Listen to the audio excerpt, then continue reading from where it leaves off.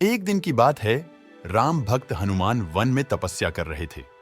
उस दौरान अपनी ताकत के नशे में चूर बाली लोगों को धमकाता हुआ वन में पहुंचा और चिल्लाने लगा कि कौन है जो मुझे हरा सकता है। किसी ने मां का दूध पिया है जो मुझसे मुकाबला करे। हनुमान जी उसी वन में राम नाम जप से तपस्या कर रहे थे। बाली के चिल्लाने से उनकी तपस्या में विघ्न हो रहा था।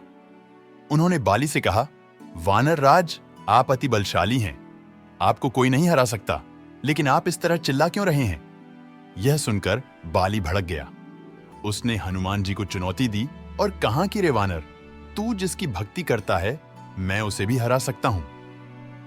राम का मजाक उड़ता देख हनुमान को क्रोध आ गया है और उन्होंने बाली की चुनौती स्वीकार कर ली। तय हुआ कि अगले दिन सूर्योदय होते ही दोनों के बीच दंगल होगा। अगले दिन हनुमान तैयार होकर दंगल के लिए निकले ही थे कि ब्रह्मा जी उनके समक्ष प्रकट हुए। उन्होंने हनुमान को समझाने की कोशिश की कि वे बाली की चुनौती स्वीकार न करें, लेकिन हनुमान जी ने कहा कि उसने मेरे प्रभु श्री राम को चुनौती दी है। ऐसे में अब यदि मैं उसकी चुनौती को अस्वीकार कर दूंगा तो दुनिया क्या समझेगी, इसलिए उसे तो सबक सिखाना ही होगा। यह सुनकर ब्रह्मा जी ने कहा, ठीक है, आप दंगल के लिए जाओ, लेकिन अपनी शक्ति का 10वां हिस्सा ही लेकर जाओ। शेष अपने आराध्य के चरण में समर्पित कर दो।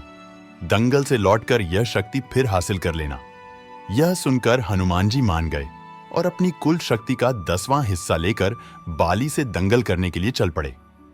दंगल के मैदान में हनुमान जी ने जैसे ही बाली के सामने अपना कदम रखा, ब्रह्मा जी के वरदान के अनुसार हनुमान जी की शक्ति का आधा हिस्सा बाली के शरीर में समाने लगा। इससे बाली के शरीर में उसे अपार शक्ति का एहसास होने लगा। उसे लगा जैसे ताकत का कोई समंदर शरीर में हिलोरे ले रहा हो। चंद पलों के बाद बाली को लगने लगा मानो उसके शरीर की नसें फटने वाली है और रक्त बाहर निकलने ही वाला है। तभी अचानक ही वहां ब्रह्मा जी प्रकट हुए और उन्होंने बाली से कहा कि खुद को जिंदा रखना चाहते हो तो तुरंत ही हनुमान से कोसों दूर भाग जाओ, अन्यथा तुम्हारा शरीर फट जाएगा। बाली को कुछ समझ में नहीं आया, लेकिन वह ब्रह्मा जी को यूं प्रकट देखकर समझ गया कि कुछ गड़बड़ है और वह वहां से तुरंत ही भाग खड़ा हुआ।